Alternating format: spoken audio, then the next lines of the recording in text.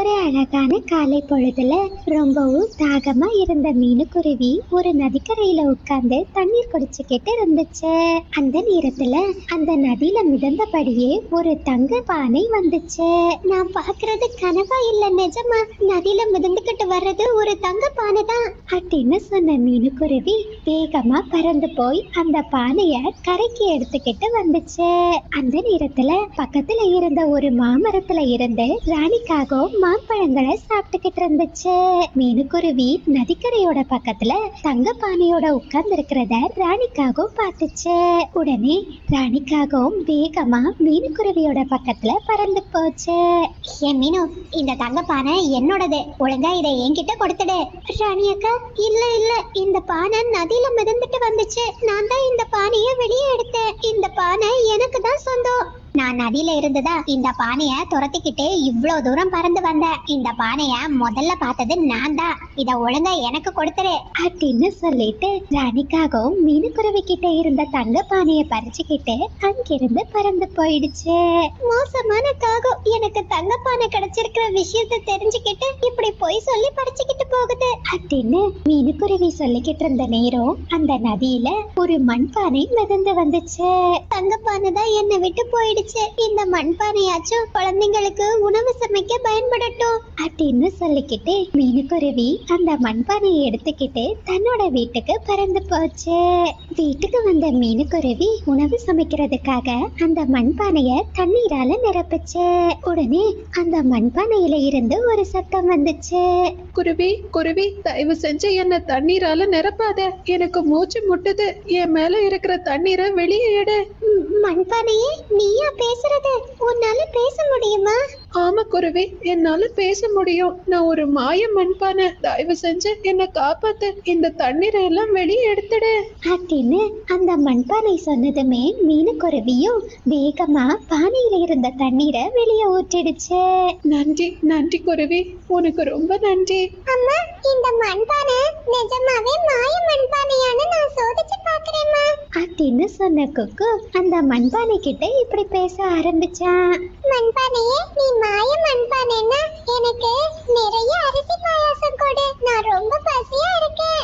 சரி குட்டி குருவி, உங்க அம்மா எனக்கு உதவி செஞ்சிருக்காங்க, அதனால நிச்சயமா நானும் உனக்கு உதவி செய்யறேன் அப்படின்னு சொன்ன அந்த மந்திர மண்பானை குழந்தை கொக்கு கேட்டபடியே அந்த பானை நிறைய அரிசி பாயாசத்தை வரவழைச்சது.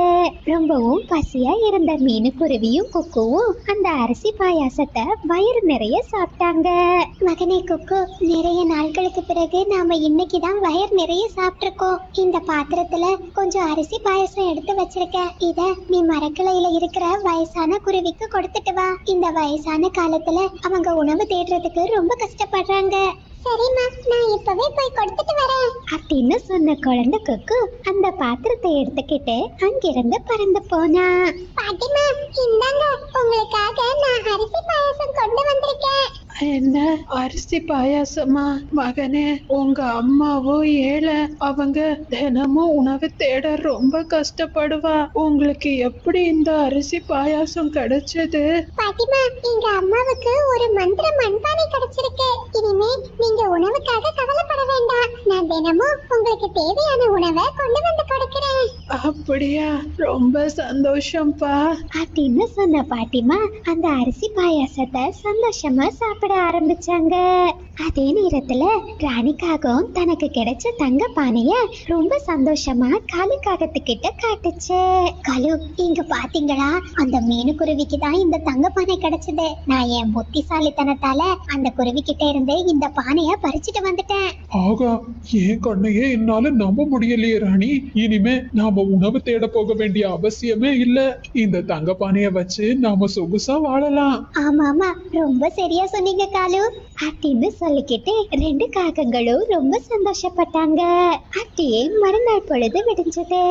மந்திர பானையே, நீங்க எனக்கு பானை நிறைய தானியங்களை கொடுப்பீங்களா? சரி குருவி, நான் நிச்சயமா கொடுக்கறேன் அப்படின்னு சொன்ன மந்திர பானை அந்த பானை நிறைய தானியங்களை கொடுத்துச்சு. குருவி, உனக்கு எதுக்காக இவ்ளோ தானியம் ராணியும். மந்திரப்பானையே, நேத்துக்கு பக்கத்து காட்டுல அதிக புயல் வந்துச்சுன்னு கேள்விப்பட்டேன். பாவம், அந்த பறவைகள் உணவு இல்லாம ரொம்ப கஷ்டப்படுவாங்க. நான் இந்த தானியங்களை எடுத்துட்டு போய் அந்த பறவைகளுக்கு கொடுத்துட்டு வரேன். குருவி, உன்ன மாதிரி ஒரு நல்ல பறவை கையில நான் கிடைச்சது நான் செய்த பாக்கியம். நீ கவலைப்படாத, நீ மற்றவங்களுக்கு உதவுறது வரைக்கும் நான் உனக்கு உதவிக்கிட்டே இருப்பேன். ரொம்ப சந்தோஷம் மண்பானையே. ஆனா எனக்கு எப்போதுமே ஒரு பயம் இருந்துகிட்டே இருக்கு. உன்ன மாதிரி ஒரு மந்திரப்பானை என்கிட்ட இருக்கிற விஷயம் தெரிஞ்சதுன்னா அந்த மோசமான காகங்கள் என்கிட்ட இருந்து உன்னை பறிச்சுட்டு போயிடுவாங்க. குருவி, நீ பயப்படாத. நீ தொடர்ந்து நல்ல காரியங்களை செஞ்சுக்கிட்டே இரு. கண்டிப்பா அந்த காகங்களால என்னை எதுவும் செய்ய முடியாது அப்படின்னு அந்த மந்திரப்பானை சொன்னதுமே மீனுக்குருவியும் ரொம்ப சந்தோஷமா அந்த தானியங்களை ஒரு மூட்டையில எடுத்துக்கிட்டு தான் குழந்தைய கூட்டிக்கிட்டு பக்கத்து காட்டுக்கு பறந்து போச்சு. அதே நேரத்துல காலுவும் ராணியும் அந்த மந்திரப்பானைய விட்டு அதுல கிடைச்ச காசுல விதவிதமான நகைகளையும் உணவுப் பொருட்களையும் வாங்கினாங்க. ராணிக்காகவும் அந்த நகைகளை போட்டுக்கிட்டு காட்டுல இருந்த எல்லா பறவைகள் கிட்டையும் பெருமையா பேசிக்கிட்டு இருந்துச்சு. புறா, மிட்டு, இங்க பாருங்க, என்னோட நெக்லஸ் எவ்வளவு அழகா இருக்குன்னு. நான் ரொம்ப விலை கொடுத்து இந்த நெக்லஸ வாங்கி இருக்கேன்.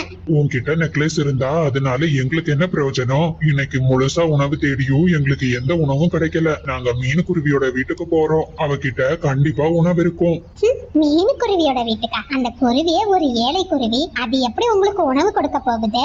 ராணி, நீ மீனுவ சாதாரணமா நினைக்காத. அவகிட்ட ஒரு மந்திர மண்பானை இருக்கு. அத வச்சு அவ நாம என்ன உணவு கேட்டாலும் அதை நமக்கு கொடுப்பா. புராண, வாங்க, நமக்கு பசிக்குது, சீக்கிரம் போய் சாப்பிட்டுட்டு வரலாம் அப்படின்னு பேசிக்கிட்டு ரெண்டு பறவைகளும் அங்கிருந்து பறந்து போனாங்க. புறாவும் மிட்டுக்கிளியும் இப்படி சொன்னதை கேட்டதுமே ராணிக்காக ரொம்பவும் கோபப்பட்டுச்சு. காலு, உங்களுக்கு ஒரு விஷயம் தெரியுமா? அந்த மீனுக்குருவி கிட்ட ஒரு மாய மண்பானை இருக்கான். அந்த மண்பானையில எந்த உணவு கேட்டாலும் அது நமக்கு உடனே கிடைக்குமா? ஆகா ராணி, இது தங்க பானையை விட அற்புதமான விஷயமா இருக்கே. அந்த பானை மட்டும் நம்ம கிட்ட இருந்ததுன்னா தினம் தினம் விதவிதமான இனிப்புகளை சாப்பிடலாம். ஆமா காலு, நீங்க ஒழுங்கா போய் அந்த குருவியை ஏமாத்தி அந்த மண்பானைய வாங்கிட்டு வாங்க. சரி சரி ராணி, நான் இப்பவே கிளம்புறேன் அப்படின்னு சொன்ன காலுக்காக ராத்திரி நேரம் வாரது வரைக்கும் காத்துக்கிட்டு இருந்துச்சு. ராத்திரி நேரம் ஆனதுமே அது மெதுவா மீனுக்குருவியோட வீட்டை நோக்கி பறந்து போச்சு. மீனு, மீனு, இங்க என்ன பண்ணிக்கிட்டு இருக்க? சீக்கிரம் போ. புறாவோட வீடு தீ பிடிச்சு எரியுது. புறா உயிருக்கு போராடிக்கிட்டு இருக்கு. நாம அதை எப்படியாச்சும் காப்பாத்தணும். நீ முதல்ல போ, நான் மற்ற பறவைகளை கூட்டிட்டு வரேன். என்ன, புறாவோட வீடு தீ பிடிச்சு எரியுதா? அப்படின்னு சொல்லிக்கிட்டு மீனுக்குருவி வேகமா புறாவோட வீட்டை நோக்கி பறந்து போச்சு. டேய் குக்கு, நீ எதுக்கு இங்கேயே உட்கார்ந்துகிட்டு இருக்க? உன் நண்பன் கிக்கியும் தான் தீயில எரிஞ்சு சாம்பலாக போறான். சீக்கிரம் போய் அவனை காப்பாத்து. காலு மாமா, உண்மையாவா சொல்றீங்க? நான் இப்பவே போறேன் அப்படின்னு சொன்ன குக்குவும் வேகமா அங்கிருந்து பறந்து போச்சு. முட்டாள் குருவிங்க நல்லவங்களா இருக்கலாம், ஆனா இந்த குருவிங்க இவ்ளோ நல்லவங்களா இருக்க கூடாது அப்படின்னு சொல்லிக்கிட்டு காலுக்காகவும் அந்த மந்திர பானையை எடுத்துக்கிட்டு தன்னோட வீட்டுக்கு பறந்து போச்சு. புராண, உங்களுக்கு என்னாச்சு? உங்க வீடு தீ பிடிச்சு எரியுதுன்னு காலு சொன்னாரு. மீனு, இல்ல மீனு, என் வீட்டுக்கு எதுவும் ஆகல. நானும் என் பையனும் ரொம்ப பாதுகாப்பா தான் இருக்கோம். காலு உன்கிட்ட ஏன் இப்படி சொல்லணும்? கடவுளே, என்கிட்ட இருக்கிற மாய பானையை திருடுறதுக்கு தான் காலுக்காக இப்படி பொய் சொல்லிருக்கு. அம்மா, எனக்கு பிடிச்ச பானை. அம்மா, நம்மளோட பானை நமக்கு கிடைக்காதா? குக்கு, கவலைப்படாத. அந்த பானை கண்டிப்பா காகங்களோட பேராசைக்கு ஒரு நல்ல பாடத்தை கத்து கொடுக்கும் அப்படின்னு சொல்லிக்கிட்டு மீனுக்குருவி காகங்களோட வீட்டை நோக்கி பறந்து போச்சு. ஐ ஐ ஜாலி, மந்திர பானை. காலு, இனிமே நம்மளை எதிர்க்க இந்த காட்டுல யாருமே இல்ல. அது இருக்கட்டும் ராணி, சீக்கிரம் இந்த பானை கிட்ட நிறைய உணவுகளை கேட்போம். மந்திர பானையே, நீ எங்களுக்கு நிறைய இனிப்புகளை கொடு. சரி காகங்களே, உங்க ஆசைப்படியே நான் நிச்சயமா இனிப்புகளை கொடுக்கறேன். ஆனா அதுக்கு முன்னாடி உங்க வீட்ல இருக்கிற விலை உயர்ந்த பொருட்களை இந்த பானைக்குள்ள போடுங்க. அப்பதான் நீங்க கேட்டபடி நான் உங்களுக்கு இனிப்பு தருவேன். என்ன காலு இது? நாம இனிப்ப கேட்டா இந்த பானை விலை உயர்ந்த பொருட்களை கேக்குது. அட ராணி, முதல்ல அந்த பொருட்களை போட்டு இனிப்பை வாங்கி சாப்பிடுவோம். அதுக்கப்புறம் இது கிட்ட நிறைய தங்கமும் வெள்ளியும் கேட்கலாம். ஆமாமா, நீங்க சொல்றதும் சரியான யோசனை தான் அப்படின்னு சொல்லிக்கிட்டு ராணிக்காகவும் தன்னோட விலை உயர்ந்த அணிகலன்களை அந்த பானைக்குள்ள போட்டுச்சு. உடனே அந்த ஆபரணம் முழுவதும் மண்ணா மாறிடுச்சு. ஐயோ, என்ன இது? என் மண்பானையே, ஒழுங்கா என்னோட தங்கத்தை திருப்பி கொடுத்துடு பேராசையான உங்களுக்கு நான் தங்கத்தை கொடுக்க மாட்டேன் அப்படின்னு சொன்ன அந்த மண்பானை ஒரு பெரிய கம்பை வரவழைச்சது.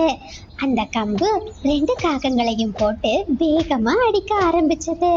ஐயோ, காப்பாத்துங்க, எங்களை யாராச்சும் காப்பாத்துங்க, இந்த கம்பு எங்களை அடிச்சு கொன்னுடும் போல இருக்கு, யாராச்சும் காப்பாத்துங்க.